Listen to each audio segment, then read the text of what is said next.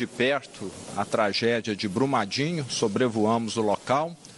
O governo federal se colocou totalmente à disposição naquilo em que ele puder ajudar.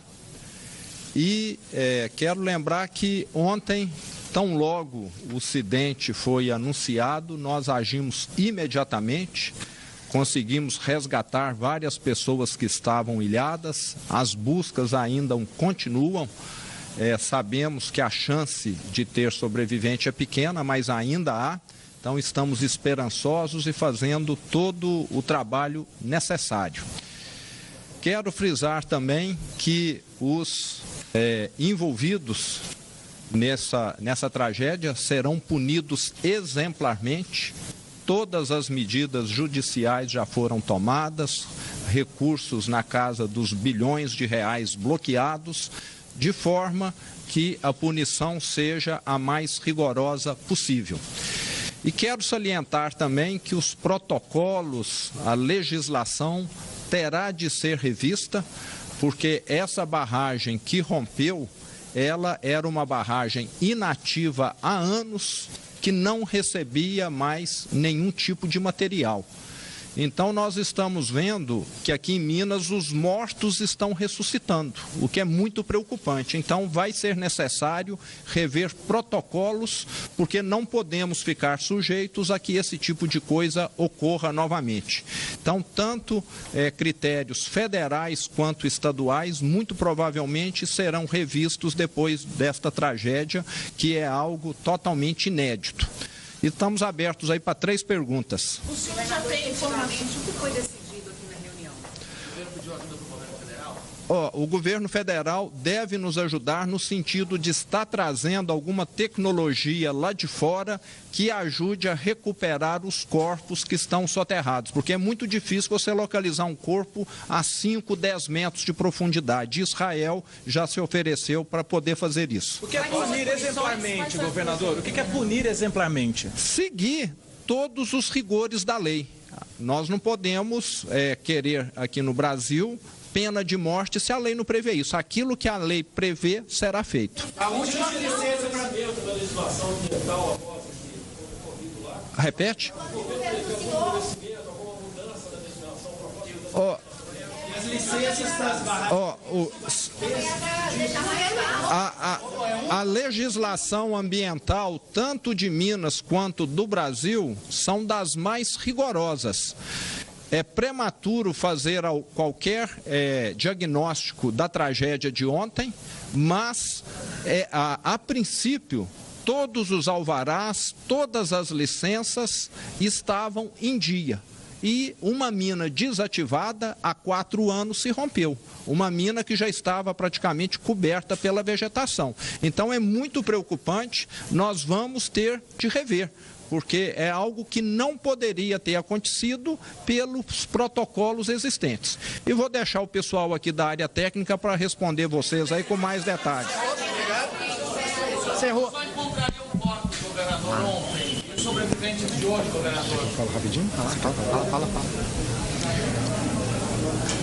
Bom dia a todos, Coronel Estevo, comandante-geral do Corpo de Bombeiros Militar de Minas Gerais, responsável nesse momento por todas as atividades de busca e salvamento. Nós estamos com 14 aeronaves fazendo todo o trabalho entre Corpo de Bombeiros Militar de Minas Gerais, Polícia Militar, Polícia Civil, Força Aérea, Polícia Federal e Corpo de Bombeiros Militar do Rio de Janeiro. Todos os corpos de bombeiros militares do Brasil ofereceram solidariedade, bem como equipamento. Neste momento, nós estamos mantendo apenas essas 14 aeronaves, até em razão da área que está sendo feita a busca, estão sendo feitas as buscas, bem como o tráfego aéreo que precisa ser todo controlado. Para não manter nenhum recurso no chão não sendo utilizado, neste momento nós não estamos mais recebendo outras aeronaves. Nós temos 140 bombeiros trabalhando ininterruptamente, trabalharam a noite toda na busca de corpos. Neste momento, alguns corpos já foram encontrados, já foram resgatados, 7 corpos, eu posso dizer, neste momento. Outros já plotados, aguardando equipe para poder fazer a retirada. Ontem nós retiramos aproximadamente 100 pessoas que estavam ilhadas em uma operação do Corpo de Bombeiros, apoiado pela Polícia Militar e por equipamentos da empresa, que fizeram o acesso para que essas pessoas que estavam ilhadas se retirassem do local. Nós estamos trabalhando com a possibilidade de 354 pessoas desaparecidas. Pessoas essas que foram cadastradas pela própria empresa Vale entre operários e terceirizados. Este é o número que nós estamos buscando no momento.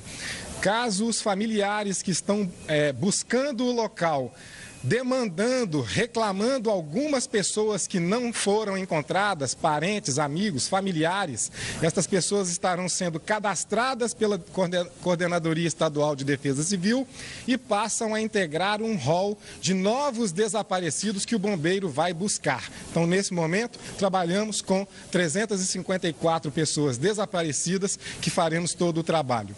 Não estamos dispensando o apoio dos bombeiros de outros estados. Estamos apenas pedindo para que aguardem, da mesma forma como o nosso presidente Bolsonaro colocou à disposição uma série de tropa de força nacional, outros bombeiros, pessoal de força militar, exército, marinha, aeronáutica. Nós estamos aguardando os próximos 2 dias, fazendo uma análise melhor de todo o terreno para empregar no momento certo outras tropas especializadas.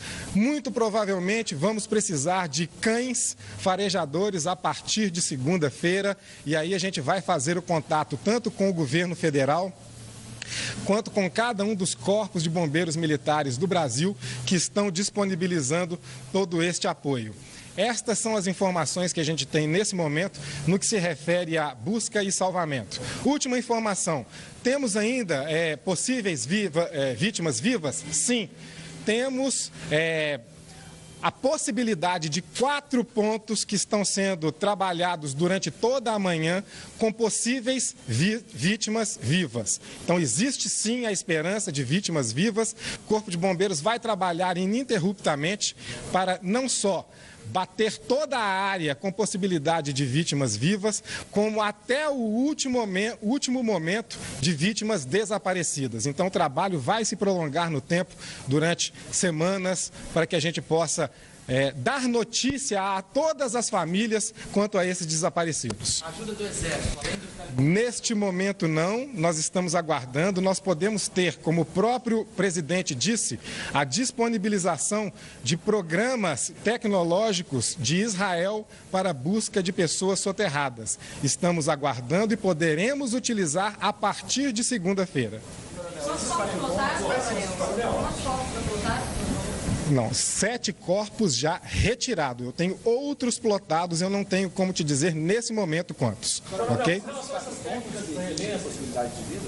Tá, são 4 pontos, um ônibus que foi localizado, uma locomotiva que foi localizada, um ponto de um prédio também localizado. Então são pontos específicos, mais a montante, a parte próxima à barragem que estão sendo monitorados e estão sendo buscados nesse momento. Especificamente, 4 pontos, 39 bombeiros. É material, equipamento mesmo de busca de imagem que vai poder localizar algum corpo que esteja aí a 3, 4 metros. Estamos analisando, ok?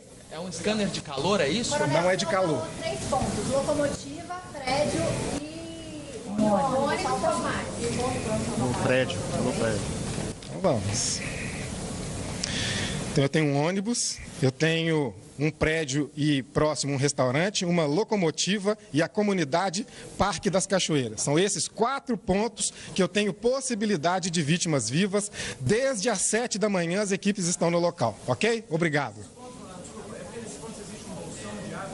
É porque existe testemunha dizendo que naquele local pode ter, e porque com o sobrevoo localizou um ônibus, é possível que tenha vítimas.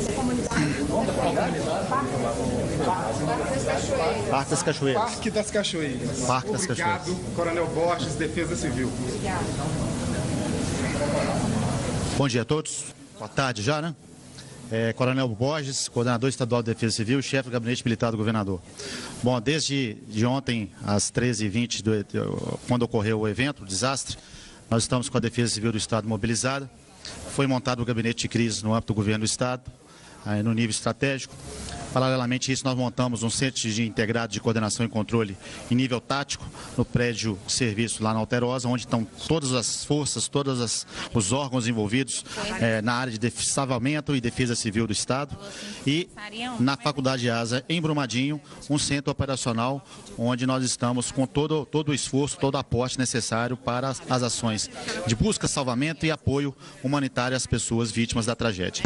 Bom, como você sabe, a barragem que se rompeu, ela acabou se rompendo, ela tem hoje um aporte de mais de 13 milhões de metros cúbicos de rejeito. Todo esse material, a barragem, ela estava há mais de 3 anos inativa.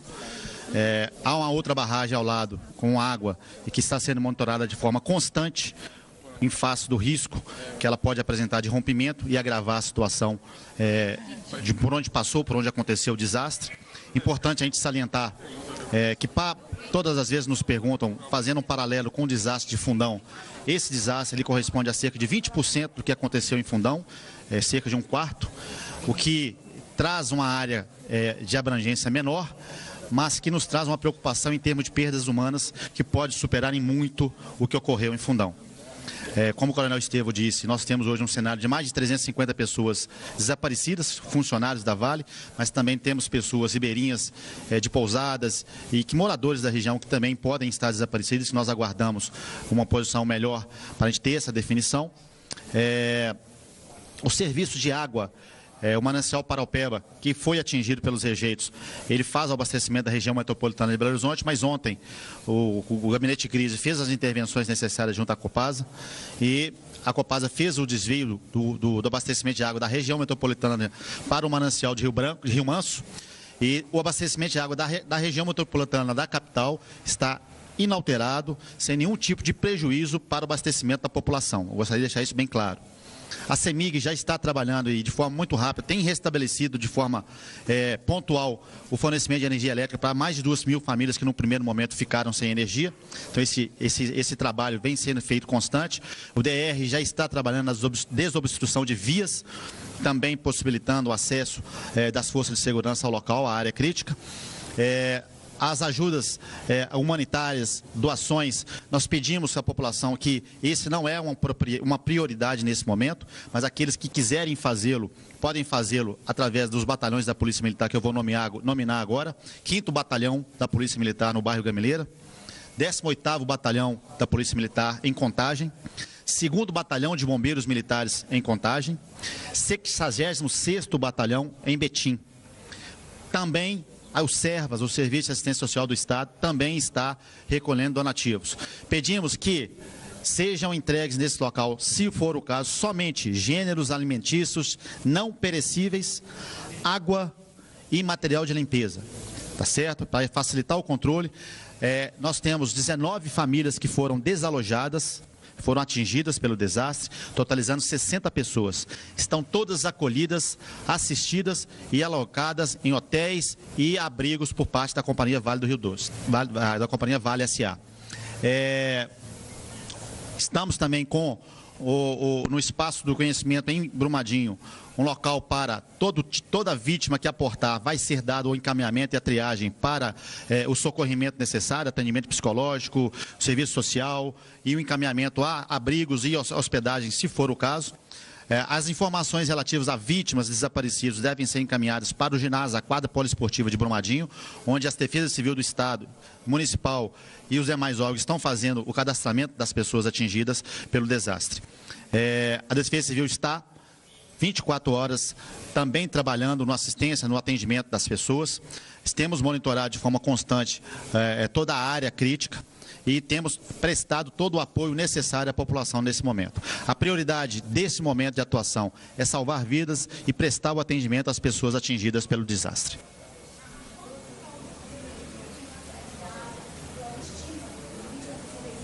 Até agora é aquilo que o Coronel Estevam falou, 7 pessoas, com possibilidade de mais, né? A nossa preocupação é, como eu disse para vocês, o seguinte: há confirmadas pela empresa 350 pessoas desaparecidas. Então nós temos, infelizmente, temos que trazer a notícia que a gente estima que o número de vítimas pode ser alto.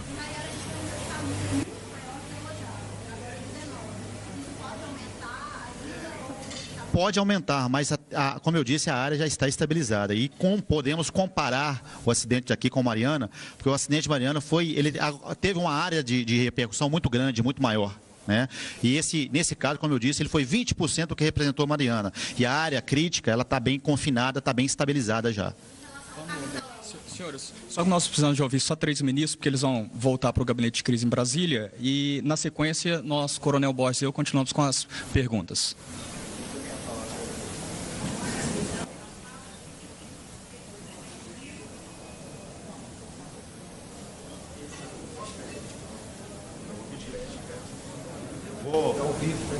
Eu vou pedir a vocês, nós estamos soltando a nota, para que as pessoas não entreguem donativos por enquanto, porque nós já temos em número suficiente, como eu disse, as famílias já estão assistidas. Então nós pedimos nesse momento que não cessem as entregas de donativos nos locais que nós indicamos aqui, tá ok?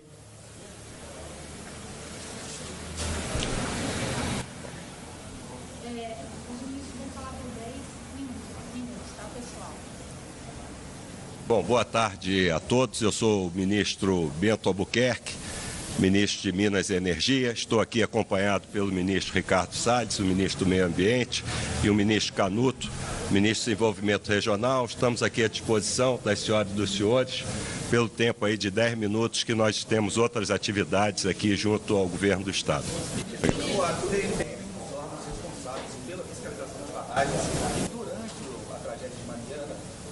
Justamente o sucateamento desse órgão na fiscalização, principalmente aqui em Minas Gerais, que tem grandes barragens, tinham poucos fiscais. Muito pouco foi mudado de lá para cá e aconteceu essa nova tragédia. O que a gente pode esperar do governo a partir de hoje? Bom, agora foi criada, desde dezembro do ano passado, a Agência Nacional de Mineração, que ocupa o papel que executava o DNPM. Desde que ocorreu esse infeliz acidente, os nossos técnicos da agência, bem como os técnicos da CPRM, estão trabalhando no local justamente para apurar os fatos e contribuir com as autoridades naquilo que é mais importante no momento, mitigar o acidente, impedir que coisas semelhantes possam ocorrer e, principalmente, dar apoio às autoridades, principalmente no que diz respeito à defesa civil, para que haja o monitoramento do avanço da lama e as informações de coleta de material para saber da qualidade da água do rio Paraopeba. Em setembro do ano passado, a empresa alemã Tudo fez uma avaliação e entregou um laudo dizendo que a mina poderia funcionar, que a barragem poderia funcionar normalmente, que estava com a licença ambiental regular. Apesar disso, 4 meses depois acontece esse acidente. O senhor questiona esse laudo, essa auditoria que foi realizada por essa empresa alemã na barragem da Vale? O momento não é de questionar nenhum laudo. As informações que nós temos, tanto dos órgãos reguladores, também dos órgãos de fiscalização, é de que toda a documentação estava regular. E o que nós estamos fazendo desde ontem, além de contribuir com o esforço das autoridades estadual e municipal, é coletar todas as informações junto à companhia, à Vale. Ontem à noite, todas as documentações referentes às licenças se encontram com os nossos técnicos e agentes da Agência Nacional de Mineração e agora vamos iniciar uma averiguação para saber o que levou a esse desastre. Existe alguma desconfiança, algum motivo que possa ter levado? Falado em tremores de terra, alguma coisa assim? Não existe nenhum fato real. O que está sendo feito é a análise de todos os documentos e o monitoramento dessa barragem e demais áreas que estão circundando ali o complexo de mineração, para que nós possamos identificar qualquer outra ameaça. Mas, no momento, quem pode responder pelas ameaças é a Defesa Civil do Estado de Minas Gerais. Ministro Ricardo, com licença, ministro Ricardo, o senhor pode dizer para a gente como é que anda a questão de afrouxar a fiscalização? Como fica isso depois dessa tragédia? Não há, nunca houve nenhum projeto de afrouxamento de fiscalização. Ao contrário, o que nós demonstramos hoje através da atuação do IBAMA é que a fiscalização e a atuação do órgão ambiental, ela é rigorosa e rápida. O que nós precisamos ter, e isso é uma questão não para este caso que não se aplica, mas para o Brasil, é foco na atuação. Situações de maior risco, maior complexidade, ter a equipe, todas as equipes, nacionalmente falando, de licenciamento ambiental com maior foco, maior dedicação. Ministro Salles, o senhor foi condenado por improbidade administrativa em relação ao favorecimento de mineradoras em São Paulo. Pode explicar para a gente como que foi esse caso? Não tem nada a ver uma coisa com a outra. Nós estamos falando aqui de um problema local que foi, nós sabemos, como o ministro Bento colocou ainda, não sabemos causa de acidente, não temos nenhuma informação concreta que permita qualquer especulação. Ministro, como é que ficam as licenças da empresa que é reincidente? Sobre a onda de rejeito, eu queria que o senhor falasse, por favor, desculpa, essa onda de rejeito, ela está parada, ela está indo para algum lugar, vocês sobrevoaram até o ponto onde ela parou, qual que é o acompanhamento que está sendo feito agora e as ameaças que podem ser provocadas? Sim, está sendo monitorado pelos diversos órgãos, sobretudo os estaduais, mas nós também, o Ministério do Desenvolvimento Regional, Minas Energia e os órgãos ambientais federais, o IBAMA, fazendo esse monitoramento. No momento, como o material mais denso, mais seco, ele está com deslocamento mais lento, ele está parado, né? Não está parado, mas ele está bem devagar. Então nós estamos monitorando, já há pontos de monitoramento ao longo do rio, acho que isso o ministro Canuto tem mais informações e nós vamos acompanhar em detalhe. O governador Leozeno falou em mudança na legislação ambiental para que isso não aconteça. É possível fazer uma mudança na legislação federal ou torná-la mais rigorosa? Não é só possível, como necessário. O que é preciso ter, em termos de revisão da legislação ambiental, é tirar questões simples e aprofundar nas questões complexas de maior risco, para que se tenha foco e as equipes possam sempre se dedicar com mais afinco, utilizando os recursos técnicos, usando os recursos humanos, com foco nas atividades que têm realmente maior potencial, como é o caso das barragens. Nós não temos essa previsão, acho que o ministro Canuto pode falar. É possível uma proibição de pelo menos determinados tipos de barragens realizadas no Brasil? Já teve 2 casos de barragem no movimento com grave consequência ambiental e humana. É possível discutir isso, porque há países que adotam outros tipos de tecnologia que proíbem barragens na mineração. Senhores, só vamos focar no que é importante. Essa tragédia é uma tragédia humana. Nós estamos falando de 345 desaparecidos só da Vale.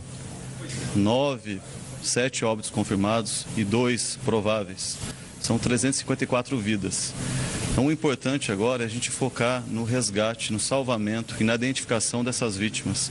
Além daquelas já catalogadas pela Vale, todos os outros que podem existir. Então o foco agora é defesa civil. Eu acho que os senhores têm razão em questionar, a gente tem que fazer de tudo para evitar e o governo federal vai tomar as atitudes para esse fim, revisar os processos, simplificar no processo para que o que é mais importante seja visto e aquilo que não é tão importante a gente não perca tanto tempo, justamente para resolver a questão de pessoal. Então o objetivo é esse, vamos melhorar os procedimentos para evitar que uma tragédia humana como essa volte a acontecer. A Defesa Civil do Estado está fazendo um trabalho primoroso, está de parabéns. A Defesa Civil Nacional está aqui para prestar o apoio necessário. Estamos fazendo um posto de operação de todas as agências federais justamente para avaliar a questão do fluxo dessa onda de lama, onde vai chegar, se vai chegar até Retiro Baixo, que fica a 300 quilômetros do local da tragédia, se de lá vai chegar em Três Marias, que fica a 20 quilômetros de Retiro Baixo, se essa água está ou não está contaminada. Até agora tudo indica que não, é só a concentração de sedimentos. Isso impossibilita a captação. Felizmente os reservatórios aqui da região metropolitana dão conta, estão cheios, vão permitir que a população de Minas Gerais, de Belo Horizonte e demais cidades da região metropolitana não fiquem sem água. Isso realmente é importante. Estamos de olho na situação da precipitação, se vai ter chuva, se essa massa concentrada vai ter mais liquidez, e isso pode gerar um problema, que ela pode aumentar a velocidade, e isso pode causar um problema. Felizmente, o leito do rio Paraopeba estava baixo, o que permitiu que os rejeitos entrassem nesse leito e não extravasassem. Então, a situação está contida, principalmente na área do desastre. O importante agora é auxiliar de todas as formas possíveis a Defesa Civil Estadual. Eles, felizmente, estão com os equipamentos. Estamos aqui disponibilizando cães farejadores para identificar as vítimas, melhorando a situação de comunicação na área quente, zona vermelha, como queiram, para permitir que seja mais rápida essa comunicação. O importante é a gente abrigar essas famílias, as pessoas, que eu digo, esses números, 354, não é o número importante. O número importante é uma pessoa. Para essas famílias que perderam aquele ente querido, aquele trabalhador que estava na empresa, é isso que interessa. Então, todos os esforços do governo federal, estadual, municipal, tudo está focado nisso. Então, eu peço aos senhores, vamos focar na defesa civil. A previsão, por enquanto, não. A previsão é baixa, não estamos preocupados, mas estamos monitorando constantemente, 20 a 40 milímetros, porque qualquer aumento de chuva é um problema. Outra questão que está sendo avaliada com muito cuidado é a barragem 6, a barragem de água, que fica ao lado da barragem que rompeu. Essa barragem, ela precisa ser monitorada, está sendo monitorada. A Defesa Civil Nacional está propondo uma verificação independente para saber a estabilidade dessa barragem, para que a gente evite que essa tragédia fique ainda maior. Esse é o objetivo central do governo federal, estadual e municipal. Estamos conseguindo trabalhar em conjunto para que isso aconteça, que a gente possa proteger uma pessoa. Esse é o objetivo.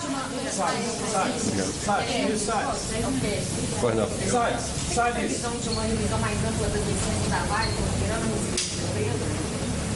Como foi dito aqui, o objetivo principal agora é dar todo o apoio às autoridades estadual e municipal para mitigar esse desastre que ocorreu. No que diz respeito às licenças, como eu disse, os órgãos regulatórios que têm a responsabilidade legal de avaliar e apurar a causa do acidente e, porventura, aquilo que deverá vir no futuro a ser alterado na legislação, estão trabalhando e, ao seu tempo, terão as informações para que a gente possa fornecer a todos vocês. Obrigado, hein? Boa tarde. Bom, senhores, para além da perda inestimável de vidas, é importante registrar que há um dano ambiental significativo na região, há impacto em fauna, flora, recursos hídricos, potenciais cavidades que nós ainda estamos identificando. Do trecho do rompimento até o Paraopeba, nós temos cerca de 7 a 8 quilômetros. Nós temos ali o bioma Mata Atlântica e como foi registrado aqui pelos ministros e pelo governador, não havia deposição de rejeito nessa barragem desde 2015. Importante também registrar que o licenciamento ambiental que foi outorgado pelo órgão estadual de meio ambiente, um órgão colegiado, em dezembro, ele não autorizou nenhuma disposição de rejeito naquela barragem que já estava inativa. Pelo contrário, o órgão ambiental, dentre as atividades que foram licenciadas, determinou o descomissionamento, a descaracterização da barragem. A solução indicada era uma solução alternativa para uma outra disposição em cava, que não é barragem, onde as condições geotécnicas são mais favoráveis à disposição de rejeito. Ontem mesmo, a Secretaria de Estado de Meio Ambiente, SEMAD, lavrou o primeiro auto de fiscalização emergencial, aonde determinou a suspensão de todas as atividades da Vale naquela região, dentro daquele complexo minerário. determinou ainda, haja vista a disposição, o acondicionamento de rejeitos na confluência do Paropeba, que haja avaliação de uma solução alternativa para um canal de passagem do rio, porque de fato nossas estações fluviométricas estão mostrando um rebaixamento do rio a jusante, ou seja, depois desse ponto de chegada ao rio Paropeba. Nós determinamos também uma avaliação na retirada da água, ou seja, num rebaixamento do nível da barragem 6, aquela de água que ainda está lá com cerca de 1 milhão de metros cúbicos, e determinamos também um monitoramento 24 horas da qualidade da água e dos principais pontos do rio Paropeba, para que os órgãos públicos, a partir daí, consigam avaliar essa movimentação que o ministro Bento registrou de massa, né, completamente diferente de Fundão, onde houve onda, né, nós temos um percolamento de finos de rejeito de mineração, uma velocidade muito baixa, muito mais baixa, mas é necessário esse acompanhamento, especialmente nos pontos de monitoramento, para que a gente saiba a qualidade da água em tempo real.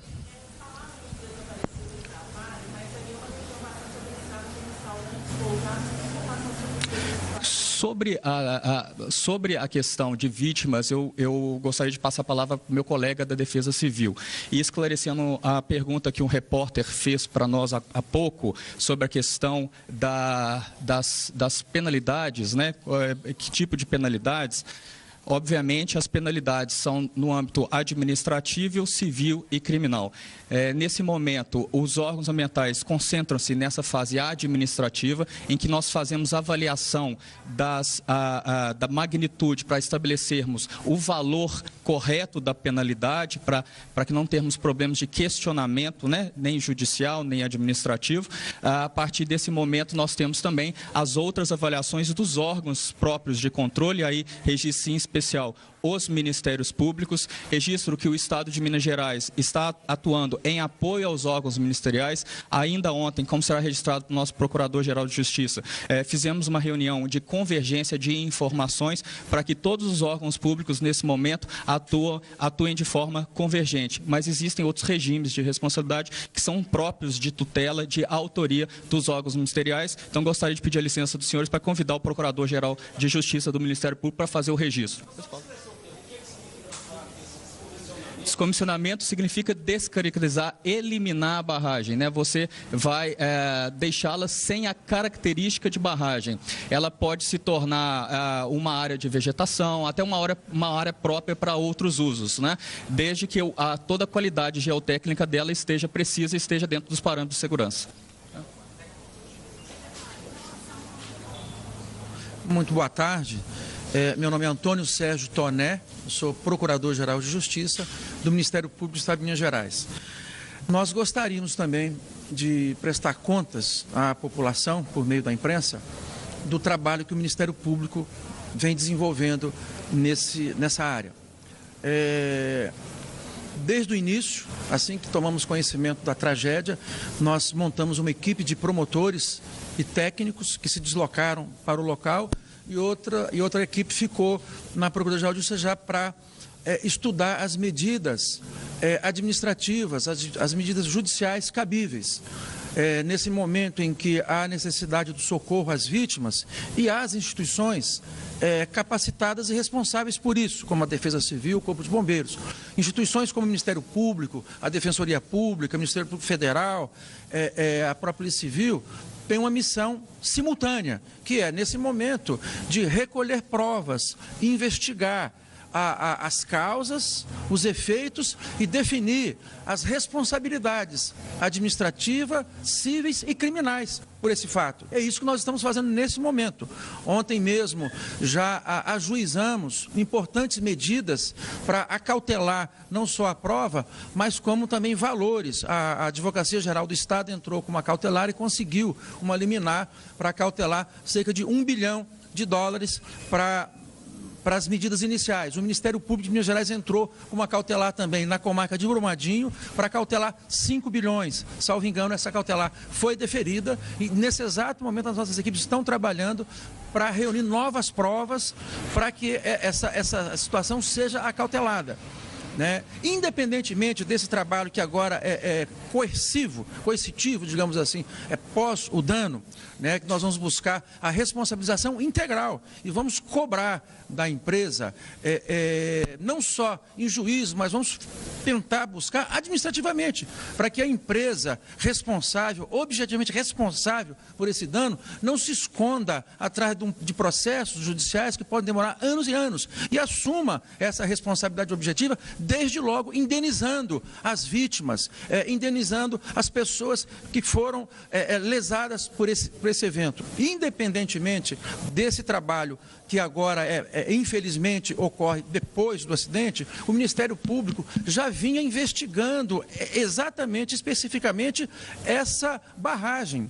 Mesmo ela não estando no rol daquelas 50 barragens sob risco, o Ministério Público de Minas Gerais, por meio da Promotoria de Justiça de Brumadinho e também do Centro de Apoio às Promotorias de Justiça do Meio Ambiente, instaurou um procedimento específico para investigar aquela barragem e cobrou da Vale informações, laudos, para atestar a segurança para a população e para o meio ambiente com relação a eventuais riscos. E no final de novembro, a empresa nos apresentou uma petição atestando, assegurando a segurança daquela barragem e também esse documento, essa petição foi instruída por laudos, por uma perícia realizada por uma empresa contratada pela Vale.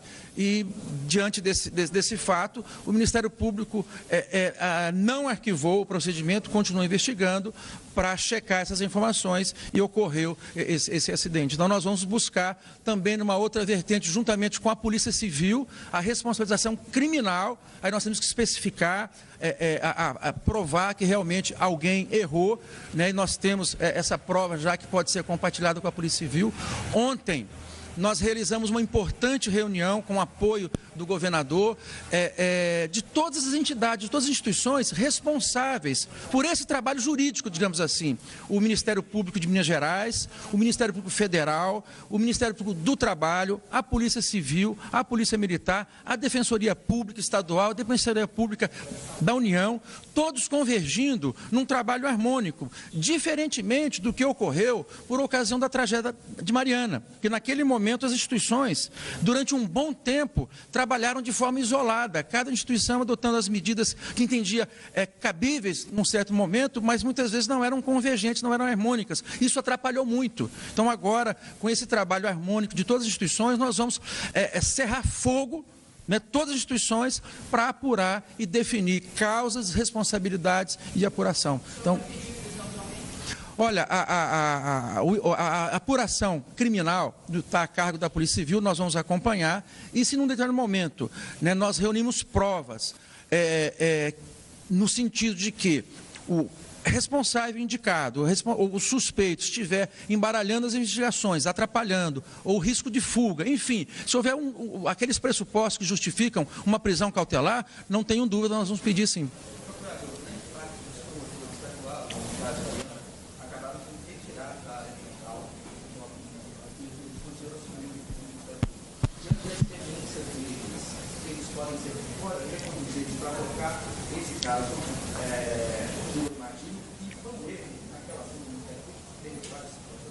Não foi um erro. O que aconteceu naquele momento é que os órgãos, inclusive internos do Ministério Público, não estavam unidos, não havia uma convergência. Aí nós tivemos que refazer a equipe naquele momento para que houvesse um alinhamento do Ministério Público Estadual, do promotor natural de Mariana, doutor Guilherme, que não integrava a força-tarefa, né? Então, aí a administração, nós refizemos a força-tarefa, colocamos o promotor natural, doutor Guilherme, e outros promotores, nos alinhamos com o Ministério Público Federal, com a Defensoria Pública Estadual, Federal e do Espírito Santo. Então, todos esses órgãos passaram a trabalhar com união, sem, digamos assim, um querendo aparecer mais do que o outro. Então, isso foi fantástico, porque nós conseguimos diversos ajustamentos de conduta, diversos acordos foram lavrados em conjunto e homologados pela Justiça Federal. Isso foi, na realidade, a troca da equipe, naquele momento, foi um ganho de produção e de cooperação interna. É a mesma empresa, né? E lá, apesar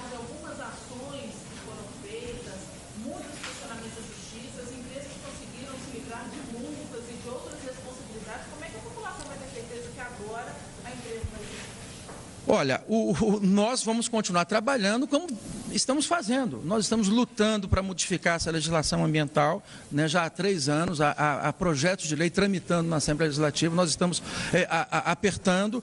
Eu penso que agora haverá uma comoção maior por parte das instituições, outras instituições irão pressionar, digamos assim, o Legislativo Federal e o Legislativo Estadual para que essa legislação seja alterada e a garantia que o Ministério Público dá que ele vai fazer tudo o que está ao seu alcance, como vem fazendo. Dependemos muitas vezes de decisões judiciais e o Judiciário tem sido um parceiro importante também, tem dado as decisões, né? E nesse sentido o Ministério vai fazer, já entrou, né, com as medidas necessárias e vai continuar entrando.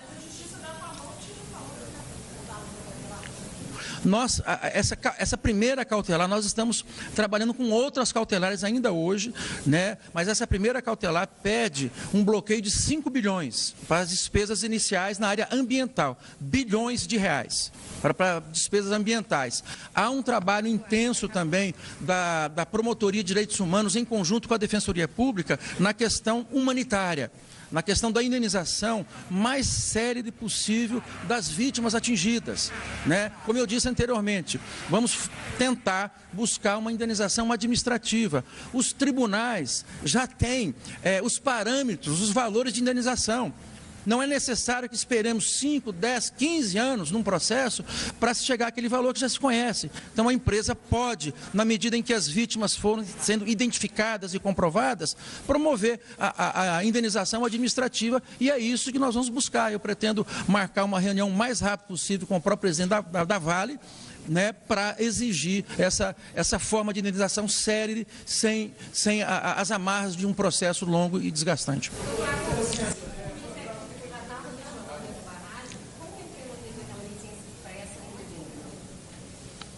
O Ministério não estava questionando, o Ministério estava investigando preventivamente. Né? São 2 processos distintos, um que se processa no âmbito do órgão ambiental e outro procedimento que se processa no Ministério Público.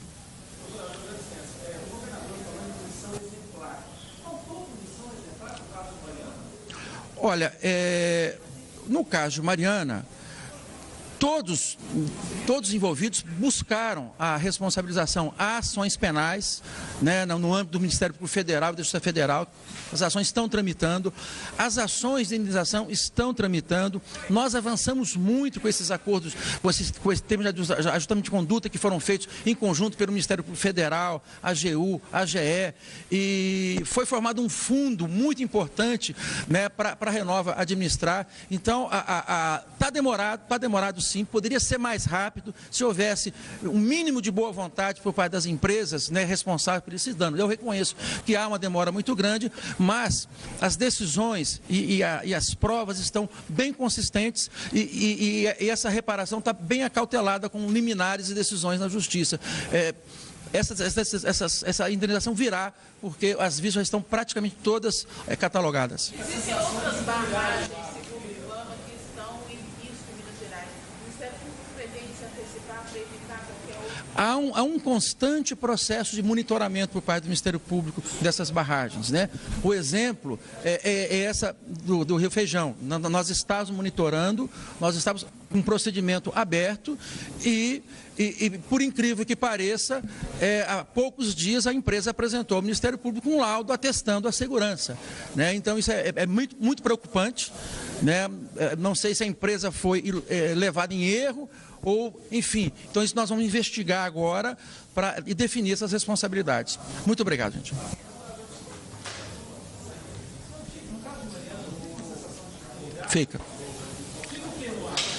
Fica uma sensação de impunidade muito grande, né? E o Ministério Público vem lutando, né, há anos, não só nesse caso, mas em tantos outros casos, né? E agora, com relação a essa tragédia, nós vamos fazer o que sempre fizemos, fazer a nossa parte. O Ministério Público não vai esmorecer, o Ministério Público vai continuar investigando e propondo as ações como já propôs no passado e agora não vai ser diferente. Essa é a garantia que a gente pode dar à população.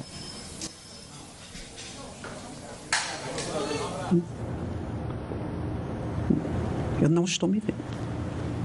Você acompanhou aí as entrevistas das autoridades de Minas Gerais e também dos ministros de Minas e Energia, Meio Ambiente, do Desenvolvimento Regional e do governador de Minas Gerais, que sobrevoaram juntos com o presidente da República, Jair Bolsonaro, a região atingida pelo acidente em Brumadinho. E nós ficamos por aqui e podemos voltar a qualquer momento com outras informações. Continue